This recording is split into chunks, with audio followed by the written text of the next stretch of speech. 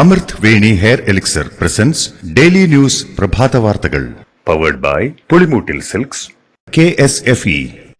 വാവ്, ഇയാളുടെ മുടിക്കിപ്പോ നല്ല ഉള്ള നീളം വന്നല്ലോ.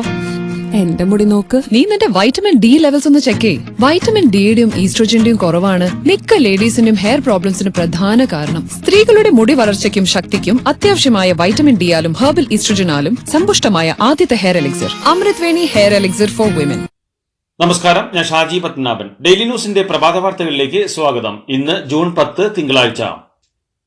മൂന്നാം തവണയും പ്രധാനമന്ത്രിയായി നരേന്ദ്രമോദി സത്യപ്രതിജ്ഞ ചെയ്ത് അധികാരമേറ്റു.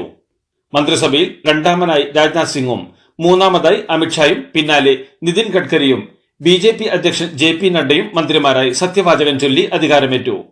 വിവിധ മേഖലകളിലെ പ്രമുഖർ രാഷ്ട്രപതി ഭവനിൽ നടന്ന സത്യപ്രതിജ്ഞാ ചടങ്ങിൽ പങ്കെടുത്തു.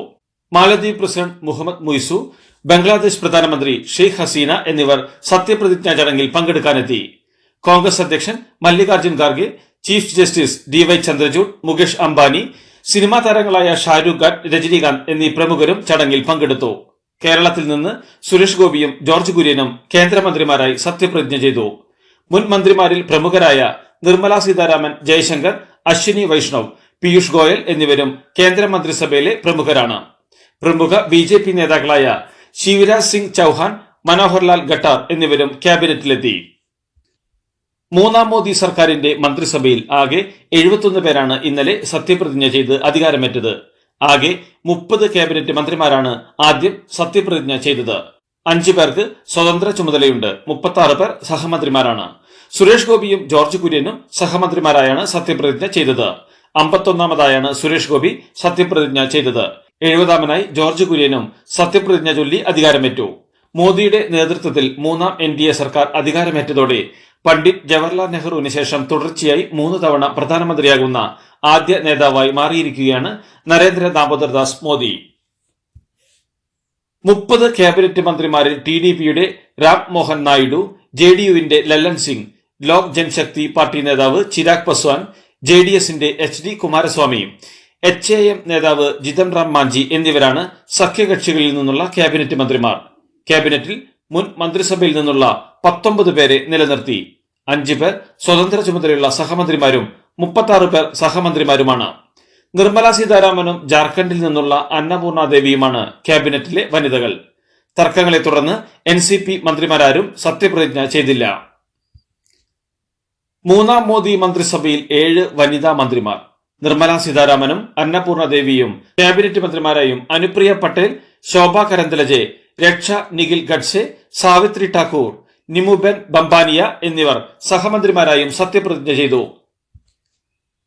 മന്ത്രി എന്ന നിലയിൽ ആദ്യം ചെയ്യാൻ പോകുന്നത് കേരളത്തിന് എയിംസ് കൊണ്ടുവരാനുള്ള ശ്രമമാണെന്ന് നിയുക്ത കേന്ദ്ര സഹമന്ത്രി സുരേഷ് ഗോപി. ഇനി എന്താണ് ജോലിയെന്ന് അറിയണമെന്നും വകുപ്പ് സംബന്ധിച്ച് ഇപ്പോഴും അറിയില്ലെന്നും സുരേഷ് ഗോപി പറഞ്ഞു. ഒന്നും പ്രതീക്ഷിക്കുന്നില്ലെന്നും എന്നെ ഒന്ന് സ്വതന്ത്രമായി പറക്കാൻ വിടുമെന്ന് തന്നെയാണ് പ്രതീക്ഷയെന്നും സുരേഷ് ഗോപി കൂട്ടിച്ചേർത്തു. സ്ഥാനങ്ങൾ വരുന്നതും പോകുന്നതും ഒരു പ്രക്രിയ മാത്രമായേ കാണുന്നുള്ളൂവെന്നും രാജ്യത്തിന്റെ വികസനത്തിനൊപ്പം കേരളത്തിന്റെ വികസനത്തിന് ശ്രമിക്കുമെന്നും നിയുക്ത കേന്ദ്ര സഹമന്ത്രി ജോർജ് കുര്യൻ. എല്ലാ സമുദായത്തിന്റെയും ക്ഷേമത്തിനു വേണ്ടി പ്രവർത്തിക്കുമെന്നും അവകാശങ്ങൾ ലംഘിക്കപ്പെടുന്നവർക്ക് വേണ്ടി നിലകൊള്ളുമെന്നും ജോർജ് കുര്യൻ വ്യക്തമാക്കി. ജോർജ് കുര്യന്റെ കേന്ദ്രമന്ത്രി സ്ഥാനം ഇത്രയും നാൾ അധ്വാനിച്ചതിന്റെ അംഗീകാരമെന്ന് അദ്ദേഹത്തിന്റെ ഭാര്യ അന്നമ്മ. മന്ത്രിസ്ഥാനം വരും പോകും, അതൊന്നും ജീവിതത്തിൽ വലിയ നേട്ടമായി കരുതാൻ സാധിക്കില്ലെന്നും അന്നമ്മ പറഞ്ഞു. നേരത്തെ ദേശീയ ന്യൂനപക്ഷ കമ്മീഷനിൽ വൈസ് ചെയർമാനായിരുന്നു ജോർജ് കുര്യൻ. ക്രിസ്ത്യൻ ന്യൂനപക്ഷ പ്രതിനിധി എന്ന നിലയിലാണ് മന്ത്രിസഭയിൽ അംഗത്വം ലഭിച്ചത്. നേരത്തെ BJP സംസ്ഥാന ഉപാധ്യക്ഷന്റെ പദവിയിലായിരുന്ന ജോർജ് കുര്യൻ പുതുപ്പള്ളിയിൽ ഉമ്മൻചാണ്ടിക്കെതിരെ BJP സ്ഥാനാർത്ഥിയുമായിരുന്നു. മൂന്നാം മോദി സർക്കാരിന്റെ സത്യപ്രതിജ്ഞയ്ക്ക് മുന്നേ NCP അജിത് പവാർ പക്ഷത്തിന്റെ പ്രതിഷേധം. പുതിയ മന്ത്രിസഭയിൽ ക്യാബിനറ്റ് മന്ത്രിസ്ഥാനം നൽകാത്തതാണ് NCPയുടെ പ്രതിഷേധത്തിന് കാരണം. ക്യാബിനറ്റ് മന്ത്രിസ്ഥാനം നൽകാൻ BJP തയ്യാറാകാത്തതിൽ പ്രതിഷേധമറിയിച്ച് മന്ത്രിസഭയിൽ ചേരാനില്ലെന്ന് NCP വ്യക്തമാക്കി. ഇന്നലെ വൈകിയാണ് മന്ത്രിസഭയുടെ ഭാഗമാകണമെന്ന നിർദ്ദേശം ലഭിച്ചത്. UPA ഗവൺമെന്റിന്റെ കാലത്ത് ക്യാബിനറ്റ് മന്ത്രിപദത്തിൽ നിന്നും സഹമന്ത്രിയാവുക എന്നത് അംഗീകരിക്കാനാകില്ലെന്നും പ്രഫുൽ പട്ടേൽ പറഞ്ഞു. ഇരു പാർട്ടികൾക്കിടയിലുണ്ടായ ആശയക്കുഴപ്പമാണിതെന്നും കുറച്ചു ദിവസത്തിനകം പ്രശ്നം പരിഹരിക്കുമെന്നും പ്രഫുൽ പട്ടേൽ വ്യക്തമാക്കി. പണ്ട് മുത്തശ്ശിയുടെ കല്യാണക്കഥ കേട്ട മുതലേ ഉള്ള ആഗ്രഹമാണ് അന്നത്തെ മുത്തശ്ശിയെ പോലെ എന്റെ കല്യാണത്തിന് എടുത്തൊരുങ്ങണമെന്ന്.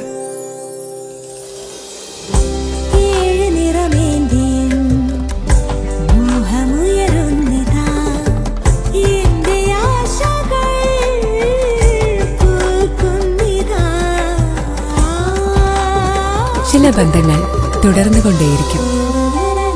Celebrating 100 years of Pulimoottil silks. 15ാം Kerala നിയമസഭയുടെ 11ാം സമ്മേളനത്തിന് ഇന്ന് തുടക്കമാകും. രാവിലെ ചോദ്യോത്തരവേളയ്ക്ക് ശേഷം അംഗങ്ങളുടെ ഗ്രൂപ്പ് ഫോട്ടോ എടുക്കൽ ഉണ്ടായിരിക്കും. ആദ്യ ദിനം തന്നെ ബാർക്കോഴയിൽ അടിയന്തര പ്രമേയ നോട്ടീസ് കൊണ്ടുവരാനാണ് പ്രതിപക്ഷ നീക്കം. ആദ്യ ദിനം അടിയന്തര പ്രമേയം ഒഴിവാക്കണമെന്ന് സ്പീക്കറുടെ ഓഫീസ് ആവശ്യപ്പെട്ടിരുന്നെങ്കിലും പ്രതിപക്ഷം തയ്യാറായില്ല. അടിയന്തര പ്രമേയ നോട്ടീസ് പരിഗണിച്ചില്ലെങ്കിൽ ഗ്രൂപ്പ് ഫോട്ടോയിൽ പങ്കെടുക്കില്ലെന്ന് പ്രതിപക്ഷം വ്യക്തമാക്കിയിരുന്നു. ഡ്രൈവിംഗ് പരിഷ്കരണത്തിനെതിരെ CATUവിന്റെ നേതൃത്വത്തിൽ സെക്രട്ടേറിയറ്റിന് മുന്നിൽ അനിശ്ചിതകാല ധർണ ഇന്ന് ആരംഭിക്കും. ഡ്രൈവിംഗ് ടെസ്റ്റിന് ഇൻസ്ട്രക്ടർമാരുടെ സാന്നിധ്യം നിർബന്ധമാക്കിയ സർക്കാർ ഉത്തരവ് പിൻവലിക്കുക, ടെസ്റ്റിനുള്ള വാഹനങ്ങളുടെ കാലാവധി 22 വർഷമാക്കുക, ഒരു മോട്ടോർ വെഹിക്കിൾ ഇൻസ്പെക്ടർക്കുള്ള ടെസ്റ്റ് സ്ലോട്ട് 60 ഉയർത്തുക തുടങ്ങിയ ആവശ്യങ്ങൾ ഉന്നയിച്ചാണ് സമരം. രാഹുൽ ഗാന്ധി ഏത് മണ്ഡലം നിലനിർത്തണമെന്ന് തീരുമാനിച്ചിട്ടില്ലെന്നും ഉടൻ ഇക്കാര്യത്തിൽ തീരുമാനം ഉണ്ടാകുമെന്നും KC വേണുഗോപാൽ. വയനാടുമായി രാഹുൽ ഗാന്ധിക്കുള്ളത് വൈകാരികമായ അടുപ്പമാണ്. റായ്ബറേലി ഗാന്ധി കുടുംബത്തിനും പാർട്ടിക്കും പ്രധാനമുള്ള മണ്ഡലമാണ്. ഇതുവരെ ഒരു സൂചനയും രാഹുൽ ഗാന്ധി പാർട്ടിക്ക് നൽകിയിട്ടില്ല. രാഹുൽ ഗാന്ധിയുടെ തീരുമാനം വരുന്നതുവരെ കാത്തിരിക്കണമെന്നും വേണുഗോപാൽ പറഞ്ഞു. തൃശൂരിൽ അപകടത്തിൽ തകർന്ന ശക്തൻ തമ്പുരാന്റെ പ്രതിമ ഗതാഗത വകുപ്പ് പുനഃസ്ഥാപിക്കുമെന്ന് റവന്യൂ മന്ത്രി K രാജൻ. ഗതാഗത മന്ത്രി KB ഗണേഷ് കുമാർ ഇക്കാര്യം ഫോണിലൂടെ അറിയിച്ചിട്ടുണ്ട്. പ്രതിമ പുനർനിർമ്മിക്കുന്നതിനുള്ള ചെലവ് KSRTC വഹിക്കുമെന്ന് ഉറപ്പ് ലഭിച്ചതായി റവന്യൂ മന്ത്രി പറഞ്ഞു. KSRTC ബസ് ഇടിച്ചാണ് ശക്തൻ തമ്പുരാന്റെ പ്രതിമ തകർന്നത്. അപകടത്തിൽ 3 പേർക്ക് പരിക്കേറ്റു. ശക്തൻ നഗറിൽ ഇന്നലെ പുലർച്ചെ 3 മണിയോടെയായിരുന്നു അപകടം നടന്നത്. TP ചന്ദ്രശേഖരൻ വധക്കേസിൽ ശിക്ഷിക്കപ്പെട്ട് കണ്ണൂർ സെൻട്രൽ ജയിലിൽ കഴിയുന്ന 5 പ്രതികൾക്ക് ഒന്നിച്ച് പരോൾ കൊടുത്തതിൽ അസ്വാഭാവികതയെന്ന് KK രമ MLA ആരോപിച്ചു. എന്നാൽ ചട്ടവിരുദ്ധമായി ഒന്നുമില്ലെന്ന് ജയിൽ വകുപ്പ് വിശദീകരിച്ചു. 11 പേരിൽ 5 കുറ്റവാളികൾക്കാണ് പരോൾ. 2ാം പ്രതി കിർമാണി മനോജ്, 4ാം പ്രതി രജീഷ്, 5ാം പ്രതി മുഹമ്മദ് ഷാഫി, 6ാം പ്രതി സിജിത്ത്, 7ാം പ്രതി സിനോജ് എന്നിവരാണ് പുറത്തിറങ്ങിയത്. തൃശൂരിൽ DCC പ്രസിഡന്റ് ജോസ് വള്ളൂരിനും UDF ജില്ലാ ചെയർമാൻ MP വിൻസെന്റിനും രാജിവെക്കാൻ നിർദ്ദേശം. AICC തീരുമാനം KPCC ഇരു നേതാക്കളെയും അറിയിച്ചു. K മുരളീധരൻ 3ാം സ്ഥാനത്തേക്ക് പിന്തള്ളപ്പെട്ടതും ചാലക്കുടി മണ്ഡലത്തിൽ തൃശൂർ ജില്ലയിലെ മണ്ഡലങ്ങളിൽ പിന്നോട്ടു പോയതും DCC ഓഫീസിൽ സംഘർഷം ഉണ്ടായതുമെല്ലാം പരിഗണിച്ചാണ് ഇരു നേതാക്കളോടും രാജിവെക്കാൻ ആവശ്യപ്പെട്ടത്. തിരുവനന്തപുരം മേയർ ആര്യ രാജേന്ദ്രനെതിരെ KSRTC ഡ്രൈവർ യദു നൽകിയ പരാതിയെ തുടർന്നുള്ള അന്വേഷണം മുരടിച്ച പോലെയാണെന്ന് യദു വ്യക്തമാക്കി. തനിക്കെതിരായ കേസിൽ അന്വേഷണം അതിവേഗം നീങ്ങുമ്പോൾ താൻ നൽകിയ കേസിൽ മെല്ലെ പോക്കാണെന്ന് യദു പരാതിപ്പെടുന്നു. അന്വേഷണം എന്തായെന്നറിയാൻ സ്റ്റേഷനിലെത്തിയപ്പോൾ കന്റോൺമെന്റ് സ്റ്റേഷനിലെ ഇൻസ്പെക്ടർ മോശമായി പെരുമാറിയെന്നും അദ്ദേഹം ആരോപിക്കുന്നു. 220 അധ്യയന ദിവസം എന്നത് KER ചട്ടമാണെന്നും ഇക്കാര്യത്തിൽ ഹൈക്കോടതി തീരുമാനമുണ്ടെന്നും പൊതുവിദ്യാഭ്യാസ തൊഴിൽ വകുപ്പ് മന്ത്രി V ശിവൻകുട്ടി. അധ്യാപകർ ഇക്കാര്യത്തിൽ സഹകരിച്ച് കുട്ടികളുടെ പഠന നിലവാരം ഉയർത്താൻ സഹകരിക്കണം. അധ്യാപകർക്ക് മികവുറ്റ പരിശീലനം ഉറപ്പാക്കാനാണ് പൊതുവിദ്യാഭ്യാസ വകുപ്പ് ശ്രമിക്കുന്നതെന്നും അദ്ദേഹം കൂട്ടിച്ചേർത്തു. കേരള, കർണാടക, ലക്ഷദ്വീപ് തീരങ്ങളിൽ ജൂൺ 13 വരെ മണിക്കൂറിൽ 35 മുതൽ 45 കിലോമീറ്റർ വരെയും ചില അവസരങ്ങളിൽ മണിക്കൂറിൽ 55 കിലോമീറ്റർ വരെയും വേഗതയിൽ ശക്തമായ കാറ്റിനും മോശം കാലാവസ്ഥയ്ക്കും സാധ്യത ഉള്ളതിനാൽ ഈ പ്രദേശങ്ങളിൽ മത്സ്യബന്ധനത്തിന് പോകരുതെന്ന് കേന്ദ്ര കാലാവസ്ഥാ വകുപ്പ് അറിയിച്ചു. കണ്ണഞ്ചിപ്പിക്കുന്ന നക്ഷത്രത്തിളക്കവുമായി KSFEയുടെ ഗാലക്സി ചിട്ടികൾ വരവായി. 100% സുരക്ഷിതത്വവും മെഗാ ബമ്പർ നറുക്കെടുപ്പിലൂടെ ഭാഗ്യം കടാക്ഷിക്കുന്നവർക്ക് ബെൻസ് കാറും ലഭിക്കുന്നു. ഒപ്പം 17 ഇന്നോവ കാറുകളും 170 ഐഫോണുകളും.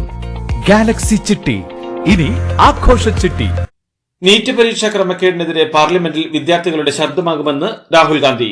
വിദ്യാർത്ഥികളുടെ ഭാവിയുമായി ബന്ധപ്പെട്ട പ്രശ്നങ്ങൾ പാർലമെന്റിൽ ശക്തമായി ഉന്നയിക്കുമെന്നും മാഫിയയുടെയും സർക്കാർ സംവിധാനങ്ങളുടെയും ഒത്താശയോടെ നടക്കുന്ന ഈ ചോദ്യപേപ്പർ ചോർച്ചാ വ്യവസായം നേരിടാൻ കോൺഗ്രസ് ശക്തമായ പദ്ധതി തയ്യാറാക്കിയിട്ടുണ്ടെന്നും രാഹുൽ വ്യക്തമാക്കി. നീറ്റ് പരീക്ഷ ഒഴിവാക്കണമെന്ന് നിതീഷ് കുമാറും ചന്ദ്രബാബു നായിഡുവും കേന്ദ്ര സർക്കാരിനെ ഉപദേശിക്കണമെന്ന് തമിഴ്നാട് മുഖ്യമന്ത്രി MK സ്റ്റാലിൻ. പ്രവേശന പരീക്ഷാ നടത്തിപ്പിൽ വൻ ക്രമക്കേടുകൾ നടന്ന സാഹചര്യത്തിൽ നീറ്റ് പരീക്ഷ റദ്ദാക്കണമെന്ന് DMK MPമാരുടെ യോഗം കേന്ദ്ര സർക്കാരിനോട് ആവശ്യപ്പെട്ടു. നീറ്റ് പരീക്ഷയുമായി ബന്ധപ്പെട്ട് ദില്ലിയിൽ പ്രതിഷേധവുമായി യൂത്ത് കോൺഗ്രസ്. NSUI ആണ് പ്രതിഷേധം സംഘടിപ്പിക്കുന്നത്. ദില്ലിയിലെ യൂത്ത് കോൺഗ്രസ് ആസ്ഥാനത്തിന് മുന്നിലാണ് പ്രതിഷേധം. പ്രതിഷേധവുമായി എത്തിയ പ്രവർത്തകരെ പോലീസ് ബാരിക്കേഡ് വെച്ച് തടഞ്ഞു. ബാരിക്കേഡിന് മുകളിൽ കയറി നിന്നുകൊണ്ട് പ്രതിഷേധിച്ച പ്രവർത്തകരെ അറസ്റ്റ് ചെയ്ത് നീക്കി. രാഹുൽ ഗാന്ധിയുടെ തെരഞ്ഞെടുപ്പ് പ്രചാരണത്തെ പുകഴ്ത്തി സോണിയാഗാന്ധിയും മല്ലികാർജ്ജുൻ ഖാർഗെയും. ലോക്സഭാ തെരഞ്ഞെടുപ്പിൽ രാജ്യമാകെ രാഹുൽ ഗാന്ധി ഭരണഘടനയുടെ പ്രാധാന്യം ഉയർത്തിയതുകൊണ്ടാണ് കഴിഞ്ഞ ദിവസം ഭരണഘടനയ്ക്ക് മുമ്പിൽ മോദിക്ക് വണങ്ങി നിൽക്കേണ്ടി വന്നതെന്ന് സോണിയാഗാന്ധി അഭിപ്രായപ്പെട്ടു. കോൺഗ്രസ് അധ്യക്ഷൻ മല്ലികാർജ്ജുൻ ഖാർഗെയും ഇക്കാര്യത്തിൽ രാഹുൽ ഗാന്ധിയെ പ്രശംസിച്ചു. ജമ്മുകാശ്മീർ ഭീകരാക്രമണത്തിൽ 10 പേർ കൊല്ലപ്പെട്ടതായി റിപ്പോർട്ട്. കാശ്മീരിലെ റിയാസി ജില്ലയിൽ തീർത്ഥാടകരുടെ വാഹനത്തിന് നേരെ ഭീകരർ വെടിയുതിർക്കുകയായിരുന്നു. വെടിവെപ്പിനെ തുടർന്ന് നിയന്ത്രണം വിട്ട ബസ് കൊക്കയിലേക്ക് മറിഞ്ഞാണ് 10 പേർ മരിച്ചത്. മൂന്നാം മോദി സർക്കാരിന്റെ സത്യപ്രതിജ്ഞയ്ക്ക് തൊട്ടുമുമ്പ് കേന്ദ്രമന്ത്രിയായിരുന്ന രാജീവ് ചന്ദ്രശേഖർ പൊതുപ്രവർത്തനം അവസാനിപ്പിക്കുന്നതായി പ്രഖ്യാപിച്ചു. 18 വർഷം നീണ്ട പൊതുപ്രവർത്തനത്തിന് തിരശ്ശീലയിടുന്നുവെന്നും കഴിഞ്ഞ 3 വർഷക്കാലം പ്രധാനമന്ത്രി നരേന്ദ്രമോദിയുടെ കീഴിൽ പ്രവർത്തിക്കാൻ സാധിച്ചതിൽ സംതൃപ്തനാണെന്നും അദ്ദേഹം എക്സ് പ്ലാറ്റ്ഫോമിൽ കുറിച്ചു. എന്നാൽ അല്പസമയത്തിനകം തന്നെ ഫേസ്ബുക്കിൽ നിന്നും എക്സ് പ്ലാറ്റ്ഫോമിൽ നിന്നും അദ്ദേഹം പോസ്റ്റ് പിൻവലിക്കുകയും ചെയ്തു. പുതിയ മന്ത്രിസഭയിൽ ഇടം കിട്ടാതിരുന്നതാണ് രാജീവ് ചന്ദ്രശേഖറിന്റെ പൊതുപ്രവർത്തനം അവസാനിപ്പിക്കാനുള്ള തീരുമാനത്തിന് പിന്നിലെന്നാണ് റിപ്പോർട്ടുകൾ. ബി.ജെ.ഡി. നേതാവും മുൻ IAS ഉദ്യോഗസ്ഥനുമായ VK പാണ്ഡ്യൻ സജീവ രാഷ്ട്രീയം ഉപേക്ഷിച്ചു. ഒഡീഷയിലെ നിയമസഭ ലോക്സഭാ തെരഞ്ഞെടുപ്പുകളിൽ ബി.ജെ.ഡിക്ക് കനത്ത തോൽവി ഏറ്റുവാങ്ങേണ്ടി വന്ന സാഹചര്യത്തിലാണ് സജീവ രാഷ്ട്രീയത്തിൽ നിന്ന് പിന്മാറുന്നതെന്ന് അദ്ദേഹം പ്രഖ്യാപിച്ചത്. നവീൻ പട്നായിക്കിന്റെ അടുത്ത അനുയായിയാണ് Pandian. French president Emmanuel Macron രാജ്യത്തെ പാർലമെന്റായ ദേശീയ അസംബ്ലി പിരിച്ചുവിട്ട് തെരഞ്ഞെടുപ്പ് പ്രഖ്യാപിച്ചു. യൂറോപ്യൻ പാർലമെന്റ് തെരഞ്ഞെടുപ്പിൽ തന്റെ പാർട്ടിയെ തീവ്ര വലതുപക്ഷ പാർട്ടി പരാജയപ്പെടുത്തുമെന്ന എക്സിറ്റ് പോൾ ഫലങ്ങൾ പുറത്തുവന്നതിന് പിന്നാലെയാണ് മാക്രോൺ ദേശീയ അസംബ്ലി പിരിച്ചുവിട്ട് തെരഞ്ഞെടുപ്പ് പ്രഖ്യാപിച്ചത്. 2020 ലോകകപ്പിൽ ആവേശം അവസാന ഓവറിലേക്ക് നീണ്ട മത്സരത്തിൽ പാകിസ്ഥാനെ 6 റൺസിന് വീഴ്ത്തി ഇന്ത്യ.